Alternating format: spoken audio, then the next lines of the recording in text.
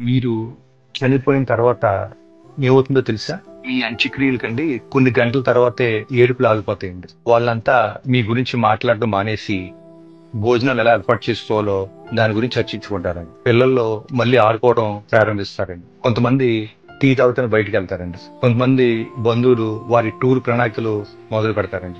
ఇంకొంతమంది భోజనాలు ఉప్పు ఎక్కువైందో తక్కువైందో అని చెప్పి దాని గురించి చర్చిస్తారండి. ఏదో ఒక బంధువు అండి పెట్టిన ఖర్చుపై అసంతృప్తిగా ఉంటాడండి. మెల్లగా జనాలందరూ వెళ్ళిపోతారండి. కొన్ని రోజుల తర్వాత ఏమవుతుందంటేనండి మీ ఫోన్ కి ఎక్కడ అని చెప్పేసి మెసేజెస్ వస్తాయండి. మీ ఆఫీస్ లో మీ ప్లేస్ లో పనిచేయటకు వేరే కొత్త వ్యక్తిని నియమించుకుంటారండి. మీ ఫేస్బుక్ ఫ్రెండ్స్ మీరు పెట్టిన చివరి పోస్ట్ ని ఒకసారి మళ్ళీ చూస్తారండి. మీ పిల్లలు సెలవులు ముగించుకుని వాళ్ళ జీవితాల గురించి ఆలోచించడం మొదలు పెడతారు.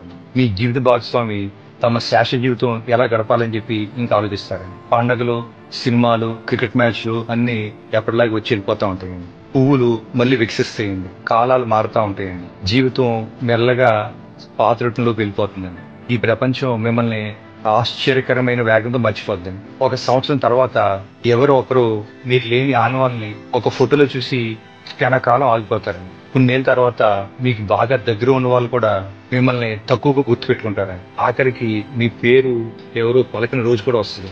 మీరు ఎంతమంది కోసం మీ జీవితం త్యాగం చేశారో, ఎన్ని రాత్రులు కష్టపడ్డారో, ఎన్ని రాత్రులు బాధపడ్డారో, ఎంతమంది కోసం మీరు బతకడం మానేశారో అదంతా కూడా వారికి తాత్కాలికమేనండి. ఇప్పుడు నేను మీకు వేస్తున్న ప్రశ్న ఏంటంటే, ప్రపంచం మిమ్మల్ని మర్చిపోవడానికి వేచి ఉంది. మీరు ఎవరి కోసం పరిగెడుతున్నారు?